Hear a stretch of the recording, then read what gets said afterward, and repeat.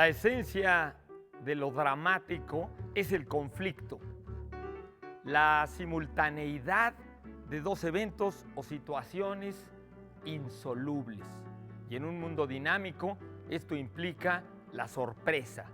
Pero en el imaginario popular nos dicen que debemos huir de los dramáticos, de las personas dramáticas, de las situaciones dramáticas. Pero allá en la India se hacen eco de lo que Shakespeare decía: este universo es un gran drama y venimos aquí a disfrutarlo. Así nos dicen que Mahler, Schoenberg, los autos sacramentales, Ibsen, Strindberg son dramáticos.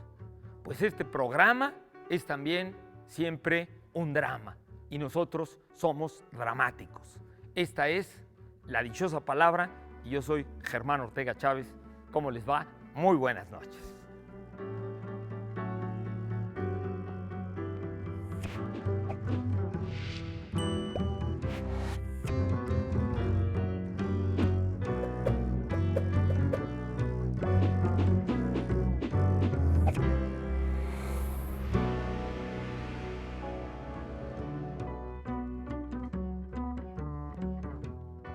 Muy buenas noches. César Fernández Moreno nos advierte que un paréntesis sin cerrar acarrea interminables consecuencias. Piénsenlo. Yo soy Eduardo Casar. Bienvenido. Dentro de los temas que han estado un poco en boca o en palabras o en hashtag en las redes sociales han sido, por ejemplo, de todos los que se han colado, de todos los polémicos que sufrimos día a día, pues algunas cosas literarias, como por ejemplo los cumpleaños de Ernest Hemingway o el de Hermann Hesse. Y también los años de muerta que ha cumplido también Marie Curie, esta científica premio Nobel. Además se presentó el cartel, el programa del Festival Cervantino, que se ve buenísimo para este mes de octubre, y se preguntaron algunas dudas acerca de la lengua. Por ejemplo, el puntito de la I. Hubo un usuario que le preguntó a la academia cómo se llama el puntito de la I, a lo que la academia contestó que el puntito de la I se llama puntito de la I. También se empezó a investigar sobre esa mancha de líquido que dejan algunos vasos cuando se ponen en una superficie. Nadie supo cuál. Yo propuse imitar el italianismo llamado culancino, que me pareció muy simpático y que podríamos adoptar. Ahí lo dejo. Y también se empezó a decir cómo se decía palomitas en los diferentes países hispanohablantes. Encontramos maravillas como crispetas, canguiles, cabritas, conchitas, cotufas, poporopos, pochoclos, gallitas, pururús y palomitas, que esperemos que hoy disfruten viendo este programa. Muy buenas noches, yo soy Laura García. Según Sir Francis Bacon, la única manera de dominar a la naturaleza es obedeciéndola. Lo mismo puede y debe decirse sobre la lengua española o sobre cualquier otra lengua. La única manera de dominarla es obedeciéndola. Soy Pablo Bullosa, buenas noches. Bueno, yo primero que nada quiero mandarle un abrazo muy fuerte a mi tío Álvaro, que hoy está cumpliendo 90 años, primo hermano de mi padre, en cuya festividad estuve presente. Le mando un gran abrazo y también a mi querida Norma, que también es su cumpleaños. Bueno, desde la mañana tenemos nuestra pregunta en redes. ¿Hay palabras que afectan tu estado de ánimo? ¿Crees que algunas te tranquilizan, te alientan o te entristecen? A ver, ¿qué nos... Yo tengo una de Mob Torres. La palabra hacienda siempre me pone de mal humor. La del fisco, no la del terreno, supongo. La palabra SAT también lo debe poner de muy mal humor. A Claudia Martínez Vilchis le produce alegría la palabra apapachar. Y a Carl Hunger Sabato dice que aquello de no pasa nada, tranquilo, le altera bastante. María Cristina Martínez, me encanta la tuya, que dice petricor me produce alegría, granizada, porque soy de Guadalajara, me entristece. Y muchos dicen que la canción de Guadalajara sí tendría que cambiar por petricor cuando huele a tierra mojada. Pero no rimaría. No, Esa es la no quedaría dificultad. igual con las sílabas. Bueno, Cristina Piñeiro dice que la palabra vacaciones le produce una inmensa alegría, expansiva, por lo menos entre julio y agosto. Grozny Memes dice, hay dos palabras que juntas me ponen feliz, libros gratis. Bueno, ya ven que dice el dicho mexicano que siempre oír la palabra gratis, pues es un motivo de júbilo. Ya ven que decimos gratis hasta las puñaladas. Bienvenidas. También se ha dicho que no hay nada gratis. No Pero... hay nada. Bueno, gratis, gratis. Nada de gratis. Nos pregunta aquí Roberto Javier Zamora Lira, que si podemos decir qué significa un palmo de narices. ¡Pac! Está divertida esa palabra. Palmo de narices en realidad es un gesto. De los muchos que hacemos con el cuerpo, algunos más agradables que otros, un palmo de narices es hacer esto. Que en otros países se llama de otra manera, en Argentina creo que se llama de una manera que no voy a decir aquí en público, pero digamos que consiste en poner un palmo, que es una medida de longitud, que consiste en abrir la mano y es la distancia que va desde el pulgar hasta el meñique. Que decimos cuarta nosotros, decimos cuarta, una cuarta. Se dice palmo porque pues está hecha con la palma de la mano y de ahí viene esa unidad de medida. Ahora les contaré de las unidades de medida hechas con las partes del cuerpo, pero digamos que si se pone así, es un poco un gesto de burla, un gesto que se hace un poco como a decir, ahí, ¿no? Ahí te ves, te dejé atrás, lo que sea. El caso es que, dicho, dejar a alguien con un palmo de narices es frustrar algo que él esperaba, una cosa agradable que el otro esperaba y que se volvió desagradable o que simplemente no se dio, ¿no? Dejar con un palmo de narices. A veces puede ser Estaba con como dos. a punto, ¿no? Como que a punto de llegar a eso, ¿no? ¿O no? Me quedé a un palmo de narices, sí. Cuando tú dejas a alguien a un palmo de narices, no, es que lo dejas frustrado y ahí, como con las ganitas. Pero si te faltó un palmo de narices para llegar a la meta antes que el otro, pues se dice 1 o 2 palmos. Yo lo he oído con 2, incluso con 3, que ya no sé si es que alguien te tiene que ayudar, ¿no? Sí. Pero ¿por qué palmos y no palmas?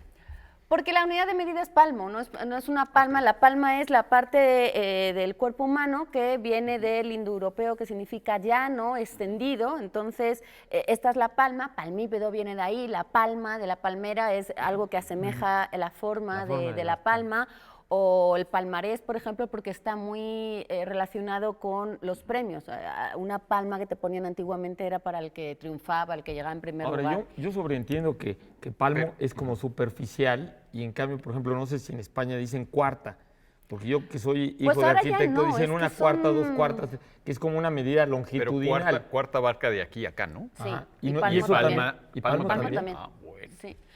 Esto, bueno, cuando antiguamente no había unidades de medida, ni de volumen, ni de longitud, ni de nada, Bueno, hay codos, por utilizaban ejemplo, lo que ¿no? tenían a la mano, y a la Sí, mano sí. son las partes del cuerpo, sobre todo se han utilizado Sí, sí, las sí. manos, los brazos y los pies. De hecho, solían- en el mundo anglosajón todavía se mantienen Sí, sí. una yarda, una milla, que son los pasos que das. Una pulgada, ¿no? Una Pero pulgada. tenían que ver incluso una hasta con brazada, un codo. pie. Pero, ¿Un pie? sí, pero solían ser además los del monarca. Un Sí. tiempo, o sea, Claro. cambiaba el monarca, cambiaba la dimensión del Ese pie. es el de la- problema, que Sí, sí. no es lo mismo medir con un adolescente o con un anciano, sí, sí. ni siquiera todos los que tienen la misma edad tienen la misma medida. Sí, y entonces porque los las egipcios lo que orejas siguen hicieron creciendo fue toda la vida. tomar las medidas de una persona, efectivamente, y convertirla Sí, sí. en granito negro, y de ahí era la referencia. Se tomaba eso y eso era lo que era un codo. Si tú tenías, Sí, por sí, sí, ejemplo, sí. un poquito más del codo de la estatua, pues entonces ya sabías que tus medidas las tenías que achicar un poco, porque el codo es lo que va del codo al dedo Sí, corazón, al a la dedo. punta, ¿no? Pues Y sería Como, así, como el codo y de Pablo, así- mira, el codo de Pablo y el el tuyo. mío, mira, si levantamos la Pues no mano. es la misma. A lo mejor No, se no, puede es un así. poco más la de Pablo. Quiere decir que él haría un edificio un poco más grande. Bueno, ahí vienen, por ejemplo, frases como algo a ojo de buen cubero, porque era más o menos lo Sí, que sí. o sea, tampoco eran tan estrictos, ¿no? Con las medidas. Lo que hay de aquí, por ejemplo, a Guadalajara de distancia, pues si es un poco más,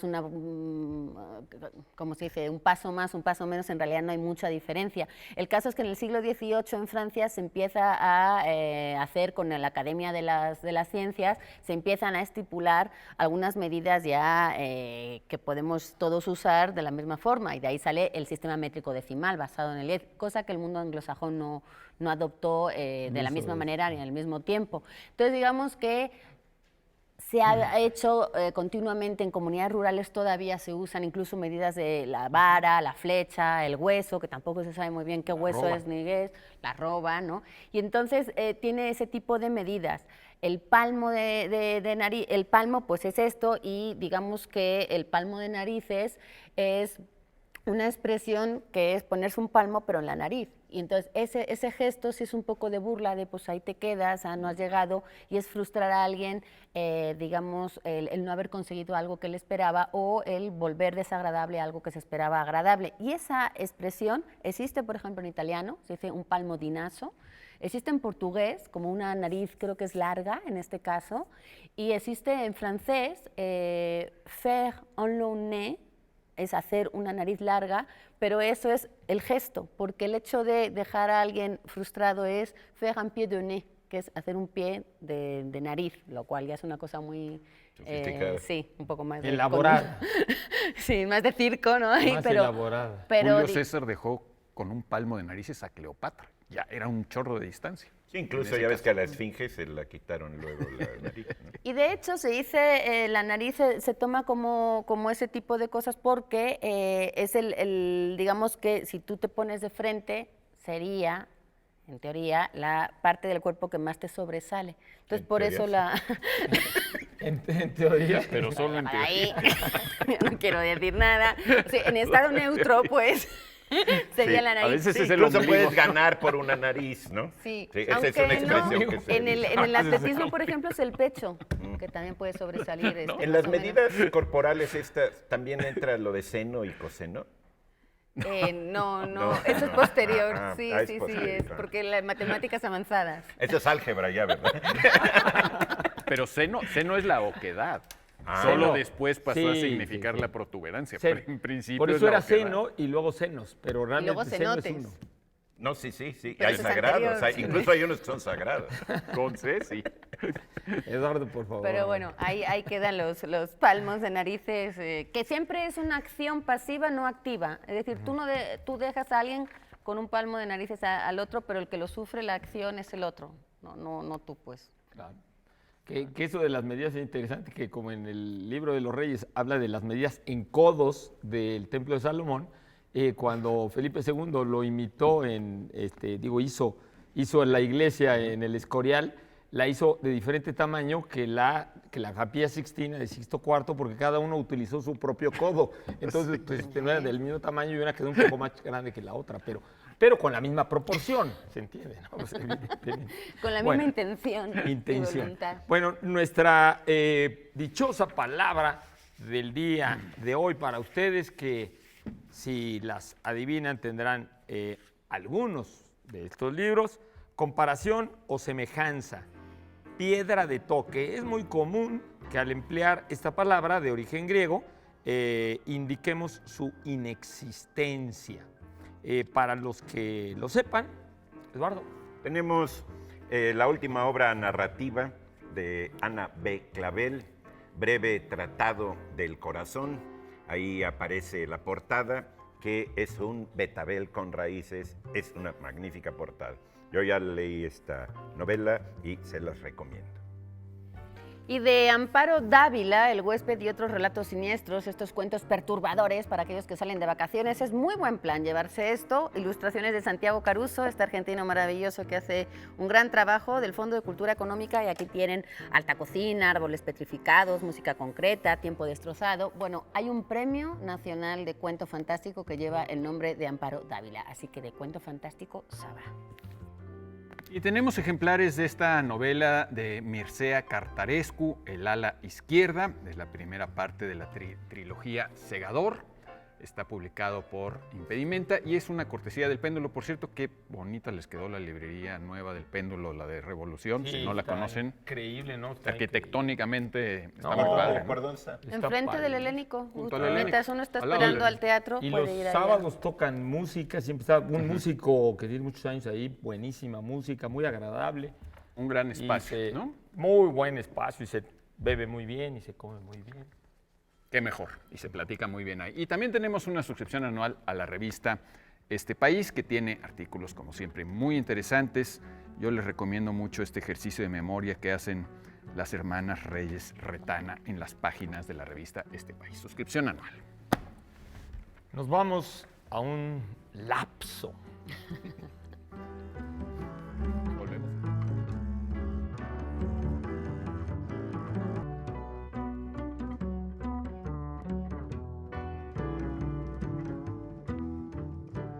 En estos momentos se cierra el paréntesis que habíamos abierto y ya regresamos.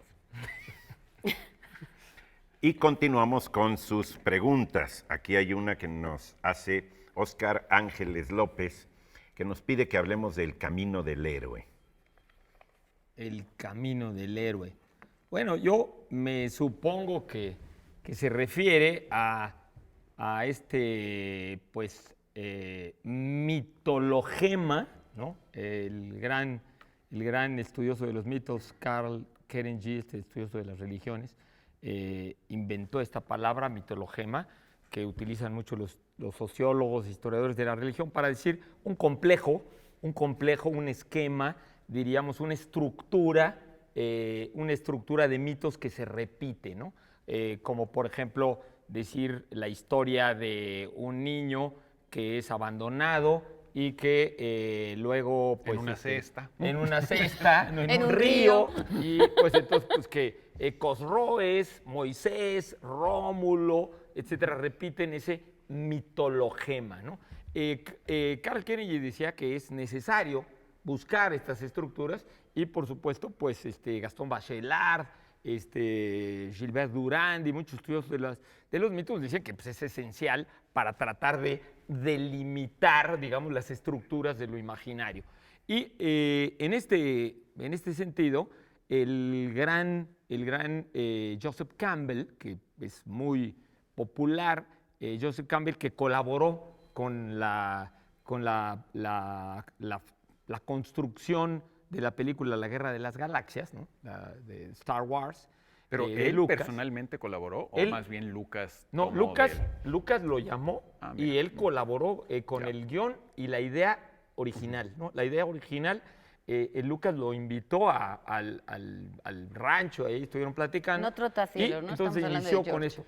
Pero el punto es que Joseph Campbell, muchísimos años antes, en 1949, publicó un libro muy, muy famoso que se llama El héroe de las mil caras, donde él habla de un mitologema como básico que le llama monomito, que está tomado, por cierto, de una novela de James Joyce, de Finnegan's Wake, el monomito, para decir que este es como el mito esencial de los héroes universales, ¿no? En el cual, pues básicamente lo que dice es que todo héroe aparece en determinadas circunstancias excepcionales. En algunas historias, pues, es un hijo de unos padres muy ancianos o de unos padres estériles y que nace en ciertas condiciones extraordinarias y que después, a lo largo de su vida, de repente es llamado, ¿no? Es llamado a un camino diferente, que a lo mejor él trata de echarse para atrás, pero que después tiene ciertas ayudas, tiene ciertos impulsos y cruza un umbral, ¿no? Un umbral del mundo diríamos común y corriente, del mundo profano, Cotidiano. a un mundo sagrado, a un mundo extraordinario que pues en muchos sentidos se puede asimilar a la bajada al inframundo, como la de Eneas, como la de Ulises, etcétera.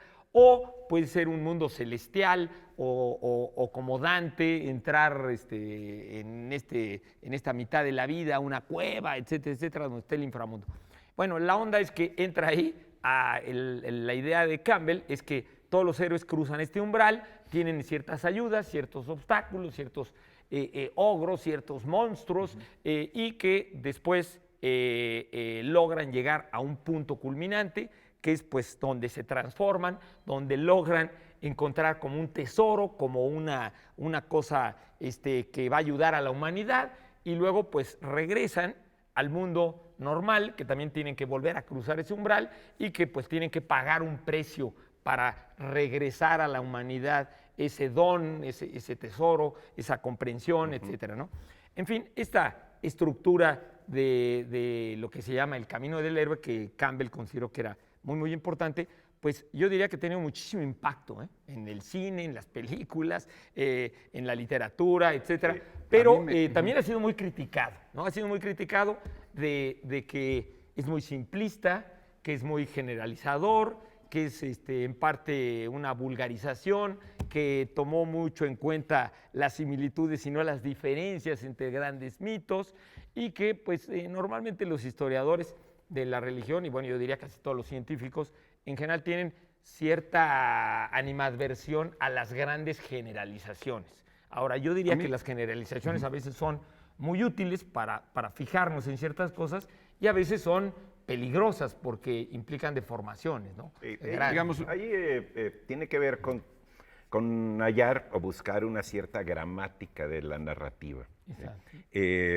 Digamos, los cuentos populares repiten ciertas fases, repiten no a los actores, pero sí a las motivaciones, a los obstáculos, a los roles, ¿no? Lo que le llaman luego actantes en vez de actores, ¿no? Porque no necesariamente son personajes humanos, ¿no? Ahora, ahí incluso hay un librín que se llama El camino del escritor, de Christopher Vogler, que es estas estructuras míticas para guionistas. ¿Sí? Y usa, y es que se repite mucho. El problema de la repetición es que se caiga en algo que se vuelva un lugar común. Absolutamente previsible, y que sirva como una especie de freno o tope, para decirlo en mexicano, ¿sí? Hacia una creación mayor de tramas. ¿Sí? Porque siempre aparecen, bueno, el umbral, tú lo acabas de decir, el umbral puede ser un foro de Canal 22. Luego, la bruja buena que ayuda. Alguien ¿no? que apoya, pues puede ser la madrina buena, ¿no? La madrina buena, la madrina mala, ¿sí? La bruja, el obstáculo, el consejero, el viejo sabio. Entonces, el hecho de hacer algo estereotipado, ya cuando el tipo se vuelve estéreo y ya aparece en todos lados, ¿sí? Puede ser un freno creativo, ¿no? El libro de este cuate de Vogler es muy interesante para escritores de guiones, porque realmente también el problema es que el público está acostumbrado a que si en una película, no sé, te tardas 15 minutos en plantear un conflicto, ya se desentienda el espectador, ¿sí? Sí, como Por ahí una va, medición. A mí me tocó estudiar eso con mucho cuidado y me tocó dar clases de eso porque justamente en el guionismo se estudia muchísimo. Ese libro de Vogler es la Biblia, se estudia más que el libro de Campbell, que por cierto está publicado en el Fondo de Cultura Económica. Creo que incluso con el título del héroe de las 1000 máscaras, más que el de las 1000 en el caras. Fondo de Cultura. En el Fondo de Cultura está publicado y es también muy interesante. Pero digamos, lo que creo que es interesante es que antes de que esto se hiciera, digamos, consciente, antes del trabajo de Campbell, seguía funcionando de una manera inconsciente. Es decir, lo que hay detrás de todo eso es la estructura, es una correspondencia con la psique humana, con nuestra manera de crecer. Todas estas historias son historias de cómo crecemos. Y antes de que esto fuera consciente de los trabajos de Campbell, Vogler, etcétera, etcétera, por ejemplo, lo que hacían los productores de películas era mostrarlo a los distintos, llevaban la película con los distintos públicos de distintas edades, de distintas culturas, a ver si funcionaba, ¿no? Ahora, cuando hacen bien esto, no necesitan ni hacer eso. O sea, todos los libretos de Pixar y todas estas cosas de Disney, todas estas cosas ya están pasadas por ese matiz. Claro, ellos saben que si repiten lo mismo, la gente dice que aburrido, ¿no? El problema al que ustedes están aludiendo, claro. pero tiene que haber algo nuevo, algo distinto, tiene que haber una ligera variante, que es también lo que esperamos todos de la música, es como un ritmo, ¿no? Como el ritmo de una música o una estructura patrón, poética. un patrón, hay patrones, un patrón. y si no hay nada distinto en el patrón, aburre. Claro. Por eso, pero si te sales demasiado del patrón, ya no funciona, Lo ya no es esa comprende. historia. No, sí se entiende. Se puede entender, pero ya no son esas historias que nos hacen, que nos emocionan de esa manera, porque la realidad es que el camino del héroe también es algo que toca muchísimo los sentimientos de la gente, porque nos habla de cómo crecemos todos. O sea, tú ves cómo funciona Bambi. Es el camino del héroe, ¿no? O sea, nace en una especie de paraíso, después el paraíso se rompe, tiene que luchar y al final vuelve, pero ya es adulto, ha pagado un precio por crecer. Es la historia del paraíso en el Génesis, ¿sí? O sea, de la pérdida de una inocencia, pero de la ganancia de una madurez. Todas estas historias son historias de crecimiento y nos conmueven enormemente porque independientemente de qué cultura se trate, de qué época se trate, todos ansiamos crecer y todos vivimos ¿Qué pasa con nuestras vidas? Pues crecemos en una especie de paraíso que es el vientre materno, la primera infancia, donde todo el mundo te cuida, y luego superas ese narcisismo, a veces a regañadientes, con grandes dificultades, pero al final creces y tú te vuelves el proveedor de los pequeños. Es realmente la historia de todos nosotros, no es solamente la historia de los héroes excepcionales, ¿no? Aunque las historias te cuenten que Ulises es un héroe excepcional, es una historia de crecimiento. Claro, que eso es lo que por eso el título del libro del héroe de las 1000 caras, ¿no? El subtítulo y lo que sigue es Psicoanálisis del mito. Y en el prefacio, justamente Campbell cita a Freud. Y este libro también, que le gustaba muchísimo a Jung, decía pues que habla de esto que se habla de los arquetipos, que es como una estructura de nuestra misma mente, como dice Pablo, de nuestro crecimiento, y que a pesar de las críticas que se le han hecho a Campbell, pues yo voy exactamente a que realmente es una guía, es una expresión científica en el lenguaje de la sociología religiosa, de cómo funciona nuestra mente, ¿no? ¿Cómo somos internamente? La gran pregunta es o el gran planteamiento es si nuestra mente funciona así por culpa de esas narrativas. Claro, está hecha así por eso. Sí, está tan introyectado todo lo que tú quieras, pero no hay ahí novedades narrativas. Pero, no, sí hay novedades narrativas y hay diferencias, pero digamos, una cosa es enfocarte en las diferencias culturales que sin duda existen y otra cosa es enfocarte en las semejanzas. Los dos caminos son muy válidos. Pero cuando te enfocas en las semejanzas, descubres que los indios del Amazonas, los japoneses, que en Nueva Guinea, en Polinesia, tienen una serie de ritos de crecimiento, de ritos de paso, que realmente están reproduciendo la misma historia. Tienen una serie de mitos que cuentan lo mismo. Una de las cosas que le criticaban a Campbell, por ejemplo, es que no sabía sánscrito, que su sánscrito era pésimo y que estaba inventando cosas. Bueno, está bien, pero de todas formas es igual. Sí, porque independientemente de la cultura, el destino de los seres humanos es nacer en familia, crecer, buscar tu propio camino y fundar tu propia familia y morirte. Esa es la vida. Y darnos cuenta que hay algo que nos hermana estructuralmente y psíquicamente, a pesar de que estemos muy, muy distanciados en tiempo, en espacio y en cultura, ¿no? Ver mitos australianos, ¿no? Que se parecen. Voy a leer la definición. Dichosa definición. Comparación o semejanza, piedra de toque. Es muy común que al emplear esta palabra de origen griego indiquemos su inexistencia. Miren qué cosa más bonita, de Patricia Barrón Noé. Cuando a este árbol le salgan flores, con ilustraciones de María Elena. Es de la editorial Caja de Cerillos y este árbol en realidad es su cabeza y las flores es el cabello. Y se está refiriendo a una enfermedad, el cáncer, y cómo pues tener fe en que aquello va a terminar y que todo se vuelve a poner en su lugar. Y ella misma en el 2001 pasó una enfermedad y para vencerla, para combatirla, para distraerse mientras, se inscribió en talleres de escritura infantil y el reconocimiento o el resultado es libros tan bonitos como este, que además tiene unas ilustraciones muy, muy padres. Así que para todos aquellos que estén pasando un mal rato, una compañía.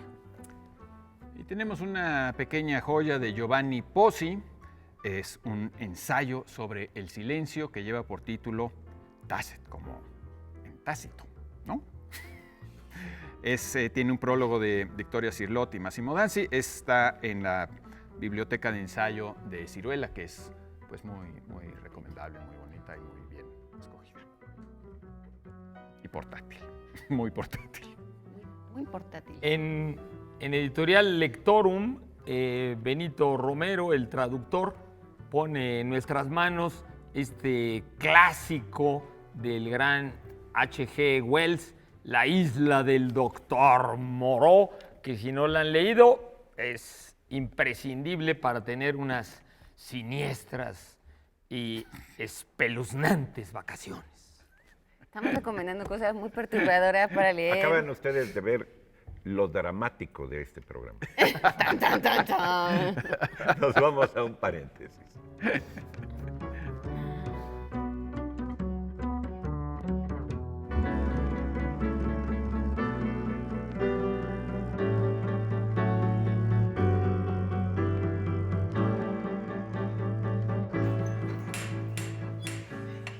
Aldaba es un instrumento de metal que también se le nombra llamador para tocar las puertas.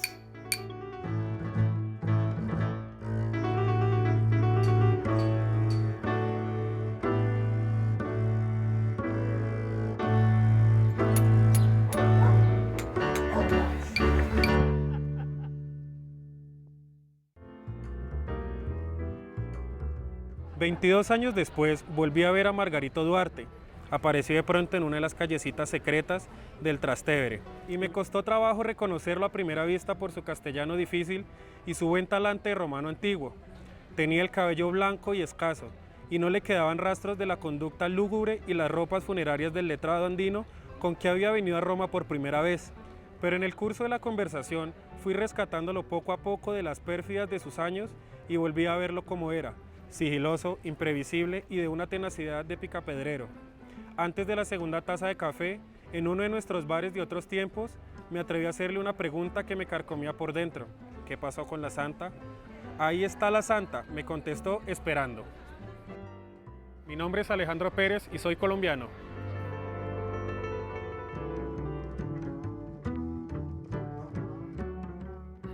Ahí están esos dichosos acentos, esas maneras diferentes de hablar un mismo idioma, y esta vez nos llegó desde Colombia. Saludos a todos los que nos están viendo en Colombia, o ya sea por la página de Canal 22, la página de internet, o en el Facebook Live de Canal 22. Colombia es el segundo país con más, digamos, más cantidad de hispanohablantes después de México. Casi 50 millones de habitantes tiene Colombia. El 99.3% hablan español. Hay 10 dialectos del español y 65 lenguas indígenas que conviven con ese español.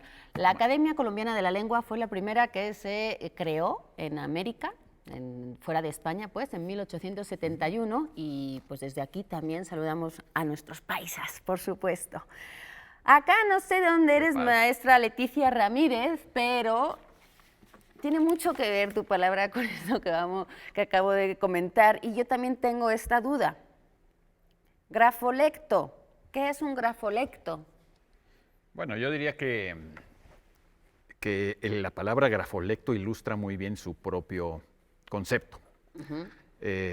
¿Por qué? Porque es una palabra que no usamos prácticamente nunca, ¿no? Pero que inventada, ¿no? La inventó un lingüista norteamericano, creo, hace... La verdad no sé, pero si uno la lee en el contexto, la entiende. Sí. Y tiene que ver justo con eso. Digamos que los hablantes de cualquier lengua tenemos, antes que nada, tenemos como 3 esferas de manejo de nuestra lengua, yo diría, o de las potencias de nuestra lengua. Primero, son las palabras que no sabemos y que además ni siquiera no sabemos que sabemos. Es decir, no podríamos hacer una lista con las palabras que sabemos. Pero nuestra inteligencia inconsciente nos permite decir muchísimas cosas y tenemos todos un vocabulario, un arsenal de palabras que algunos han medido y que dicen que una persona bien alfabetizada en una sociedad urbana, moderna, etcétera, con una lengua moderna, maneja aproximadamente unas 10,000 o 20,000 palabras, más o menos. Eso es lo que se dice, ¿no? Se dice también que en una sociedad tradicional, oral, que no ha sido alfabetizada, normalmente se manejan muchas menos palabras, que esas sociedades se manejan con un número mucho más reducido de palabras. Y después está un universo un poco más grande, que son esas palabras que, como la palabra del dichoso diccionario que nos acaban de poner, como la palabra aldaba, que a lo mejor nunca usamos, pero que entendemos dependiendo del contexto. O sea, no está en nuestro repertorio, pero si la oímos, la entendemos. Y después habría una tercera esfera que yo creo que es la más amplia, potencialmente, bueno, no sé si la más amplia, pero en esa tercera esfera estaría un poco el grafolecto. ¿Qué cosa sería, según yo, el grafolecto de la lengua española o el grafolecto de la lengua inglesa? Sería el arsenal de palabras, el arsenal normalizado de las palabras que se escriben en una lengua, ¿no? Es decir, las palabras que uno podría ir al diccionario y encontrar, o que se usan en los libros, que son muchos más que las que están en los diccionarios.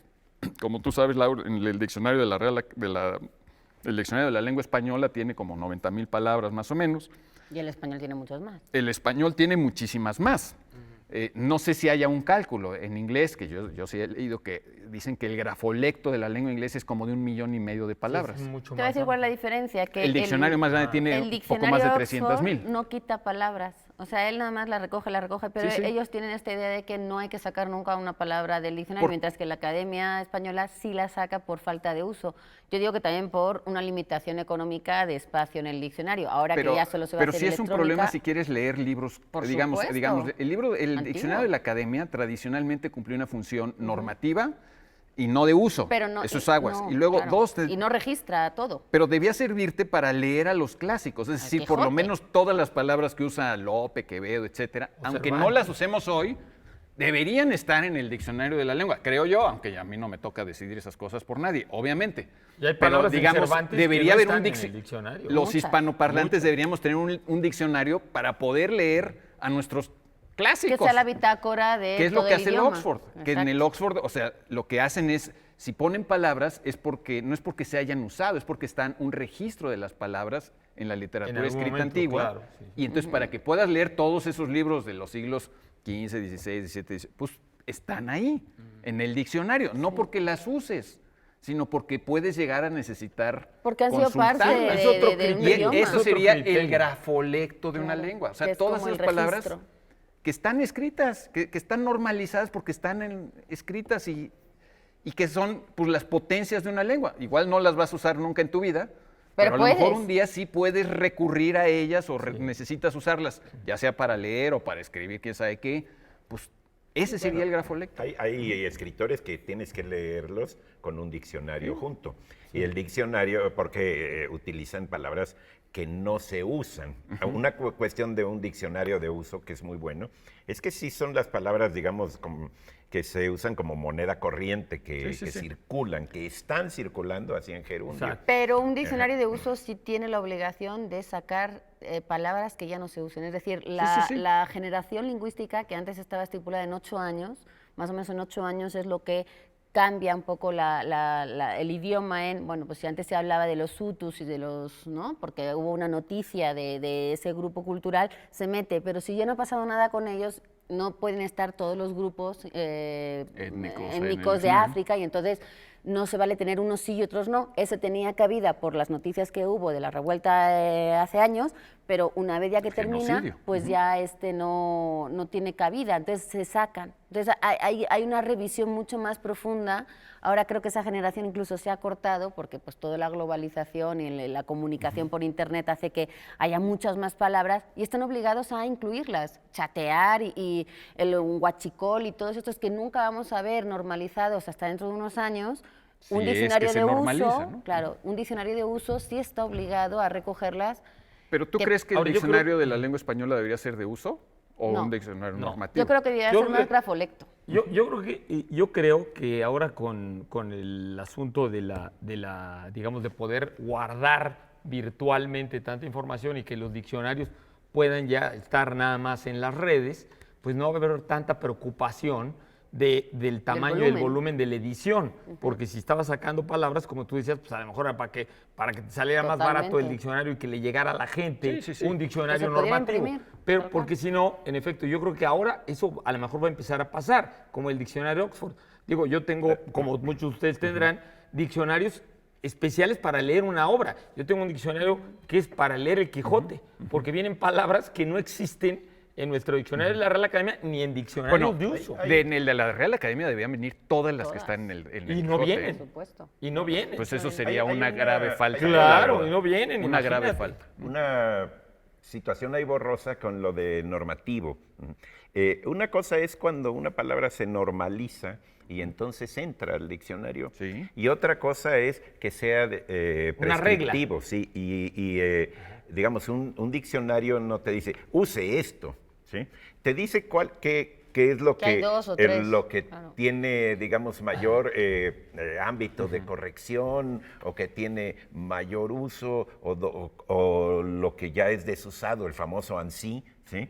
Lo que hablamos aquella vez de los idiomas La que croqueta tienen. y la concreta, ¿no? Que ¿La están qué? la concreta y la croqueta. ¿Cuál es la segunda?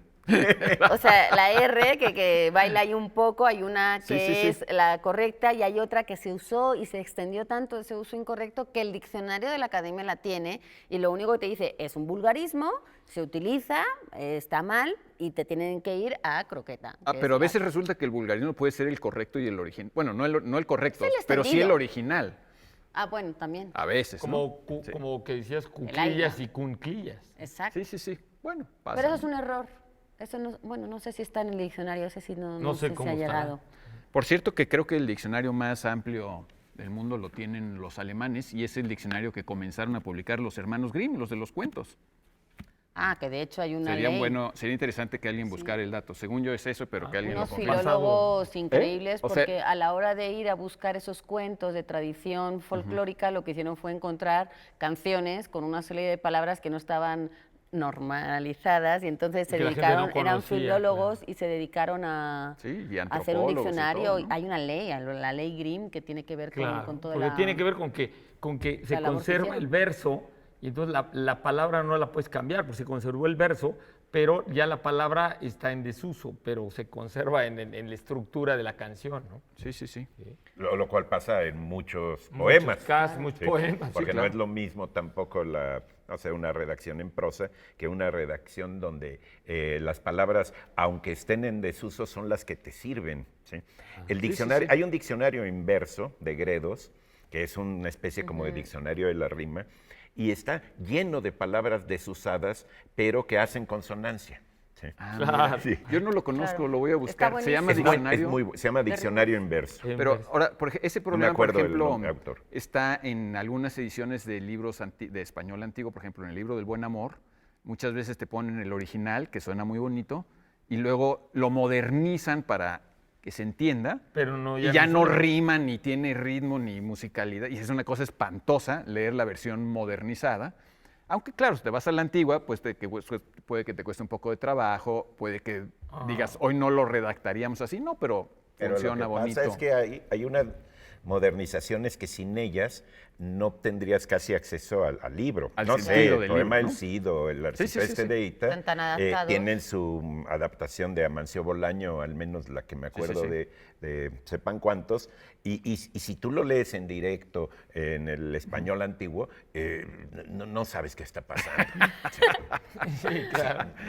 No sabes, tienes que recurrir a la Ahora, modernización. para eso han proliferado mucho estas agencias, estas instituciones que lo que hacen es dar un servicio urgente, es decir, la Fondeu, que es la Fundación del Español Urgente, el SPIN, que es de la Academia Perdón, es que se me ocurrió Mexicana que de la español Lengua. urgente, la pregunta principal es ¿dónde está el baño?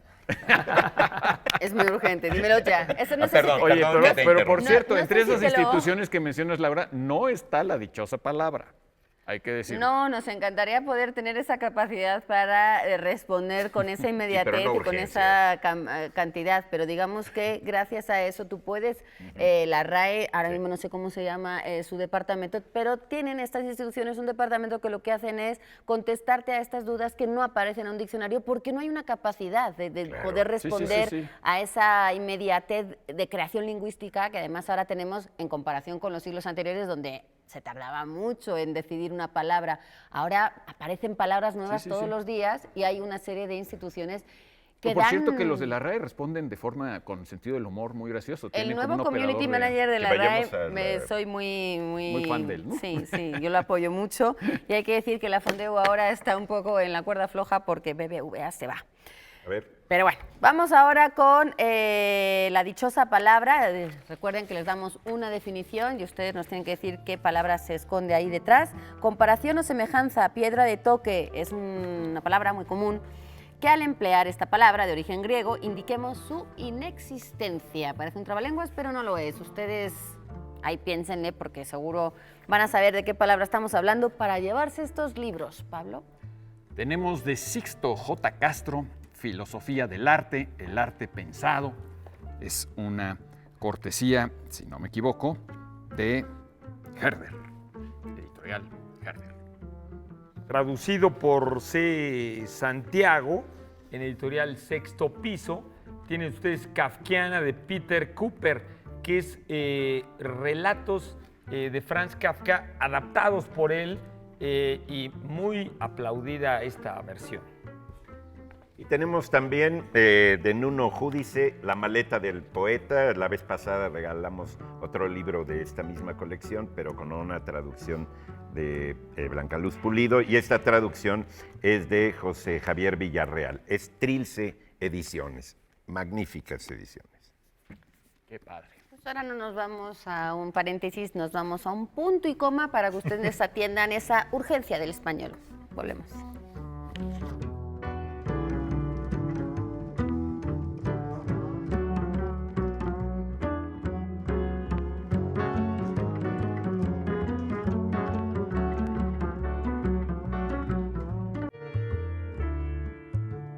Soy Francisco Mares Camilla González, responsable del acervo histórico del Palacio de Minería. Estamos en la Biblioteca Ingeniero Antonio Meanza, ubicada en la planta baja del Palacio de Minería. Y es entonces que en 1892 se asigna al ingeniero civil y arquitecto Antonio Meanza para el diseño y construcción de este laboratorio. Ya a partir de los años 70 del siglo XX, cuando el Palacio de Minería vive una restauración integral, se decide que este antiguo local de laboratorio se transforme en la biblioteca del recién fundado acervo histórico. Está conformado por 3 departamentos, que es el archivo histórico, la biblioteca donde actualmente estamos y el taller de restauración y encuadernación. Tenemos 3 grandes colecciones aquí en la biblioteca ANSA, que son el Fondo de Origen o Fondo Facultad de Ingeniería. Tenemos la de la Asociación de Ingenieros y Arquitectos de México. El último fondo, que es el más numeroso y tal vez el más importante, es el de la Sociedad Científica Antonio Alzate.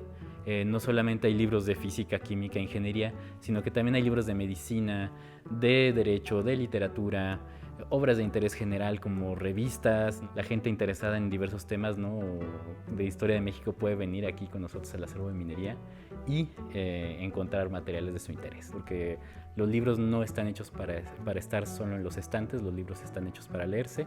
Un libro que no se lee es un libro que no está vivo. La Biblioteca Antonio Meanza está abierta de lunes a viernes de 9 a 18 horas. Es una biblioteca pública y por lo tanto puede venir cualquier persona. Generalmente somos visitados por estudiantes de licenciatura o posgrado. Sin embargo, también podemos realizar visitas guiadas para público en general, para acercarlos a los libros antiguos, ¿no?, para que puedan percibirlos, tocarlos, valorarlos, ¿no?, porque es parte del patrimonio histórico de nuestro país. Un saludo a la dichosa palabra desde la Biblioteca Antonio Meanza del Palacio de Minería.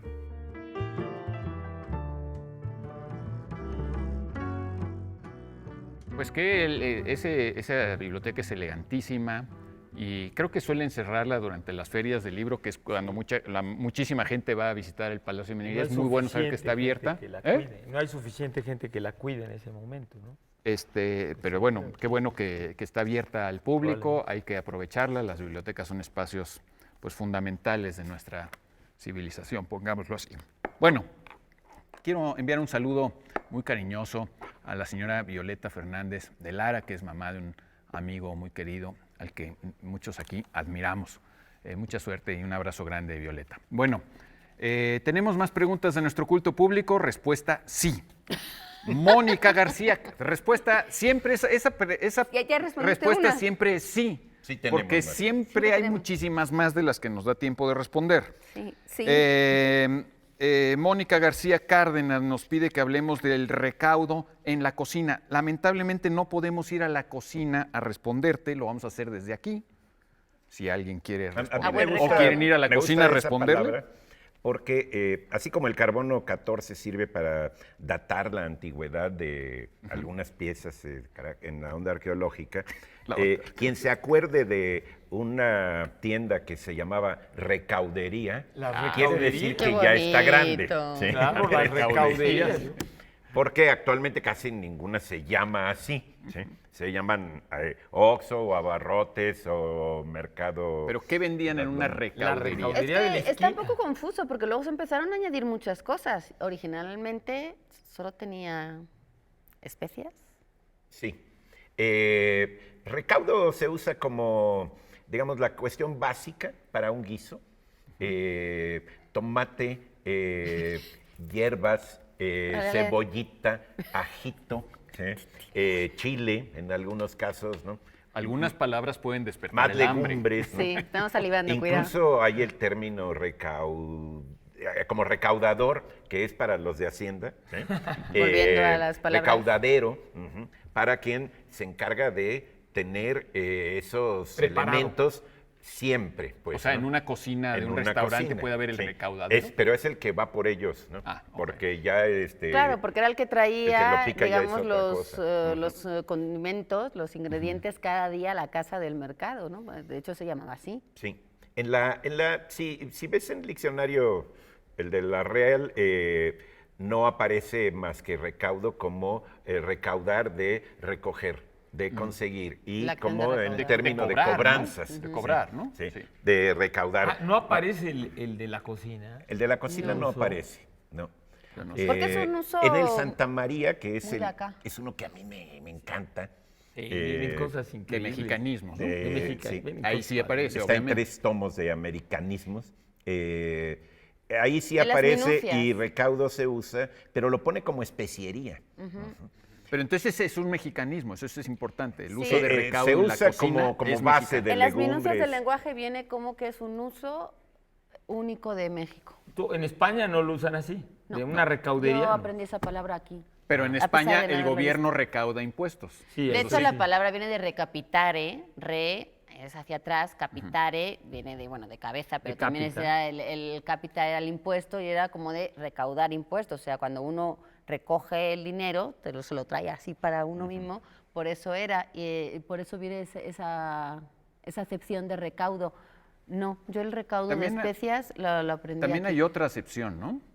Que es que cuando dices que algo está a buen recaudo. Sí, guardado. Buen recaudo. Ahora, en claro. términos de cocina, que nuestro- tiene que ver con el hecho de que sea algo fresco. Sí. Es decir, a ver. tú no metes cilantro y perejil al congelador, ¿no? No. Sí. No debes. Y las cocinas de los restaurantes, su gran problema es el cálculo de la cantidad de las cuestiones frescas que tienen que estar todos los días. Por eso hay un recaudadero que tiene que estar frecuentemente, porque tú puedes agarrar un pescado blanco y ahí lo congelas, y a la hora que lo piden, pues lo descongelas. Pero Pero al Pero lo que va no le puedes hacer lo acompañándolo, mismo. ¿no? pero cilantro, perejil, O tomate verde. cilantro, perejil, sexo, Cebolla. pudor y lágrimas, todos estos que tienen nombre como de película, ¿sí? Hay que tenerlos frescos, ¿sí? No los puedes tener en un congelador, ¿sí? Tomate, chile. tomate verde En Guatemala, no se en puede, Chile, pero sí aguantan se el usa refri, ¿o como no? una cuestión de legumbres. Un rato, pero el también. tomate verde, por ejemplo, el problema del tomate verde es que no se puede ni siquiera exportar a otros países. Se Por eso maltrata. porque ya sabe diferente si lo congelas, si lo lo tienes que cortar y casi comértelo. ¿Y el rojo no? ¿Eh? El rojo no le No, pasa. el rojo sí aguanta mucho más que el tomate verde. Sí, Yo pero no sé lo por mandas qué verde. químicamente. Lo mandas verde y se va. Sí, el se rojo. va. Masterchef llegó a Canal nos vayamos. 22, chicos. Que ya nos vayamos por Bueno, el chicos, recaudo. hay muchísima gente que ganó la Vamos, dichosa André. palabra, como Javier Díaz Rodríguez, Lucía Valadez, Eduardo Moreno, Alberto García, muchos más. ¿Y cuál era la dichosa palabra? Aquí está.